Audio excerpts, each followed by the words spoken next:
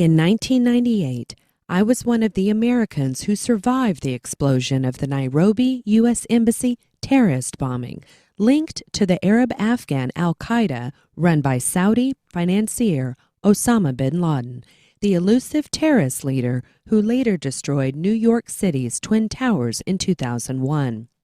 In alarming news heard round the world, the Associated Press reported that 2 U.S. embassies were successfully targeted in Africa, one in Nairobi, Kenya, and the other in Dar es Salaam, Tanzania. 224 were killed and over 5,000 injured, the majority in the Nairobi attack. As an American employee, I nearly died when the embassy walls caved in on me, pinning me down in a semi-conscious state for over 5 hours until I was finally rescued. Under covert security protection, my code name became Miss Gloria. Moses, the Kenyan driver, and I stood in our office on the ground floor at the rear of the embassy building. Pop, pop. Moses jumped onto the air conditioner unit to get a better look. Then blackness. As I regained consciousness, I thought, a bomb. Then my mind turned to my physical condition. I tried to turn over or sit up, but couldn't. I was lying flat on my back, my torso pinned securely to the floor, only my legs, arms, and head free to move. I imagined I knew what an overturned sea turtle must feel like. Worse than feeling like a beached amphibian, I realized I couldn't see. Please, God, don't let me be blind. I started bargaining with God. Let me have one eye. You can have the other. Just let me have one. I removed something from my mouth and heard water trickling. Oh, please, God, don't let me drown. Fear and anxiety rose inside me, but I knew I had to remain calm.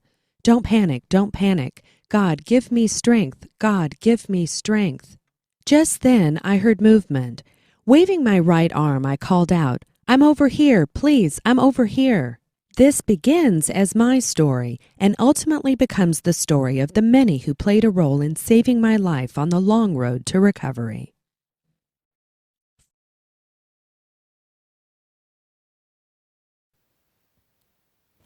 Following the bombing, Ellen underwent a number of surgeries and treatments for her blindness. She attended blind school and learned how to cope with her disability. Ellen was also present at the trials of the al-Qaeda operatives where she testified against them.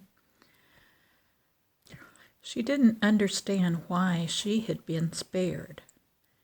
And then one day her doorbell rang. It was a woman from social services carrying an infant, probably about 2 weeks old.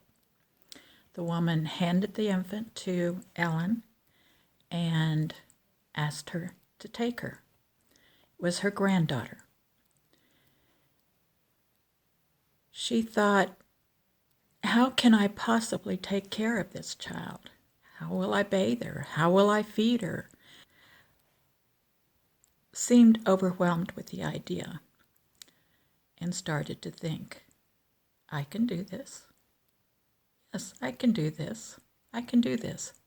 And agreed to take Alexandra in and raise her as her own.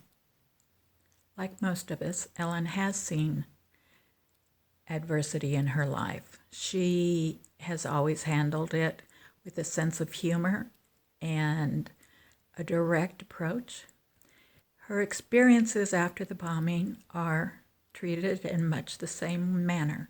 She has a great sense of humor and wakes up happy every day. Even though she remains blinded, she believes that she will see once again.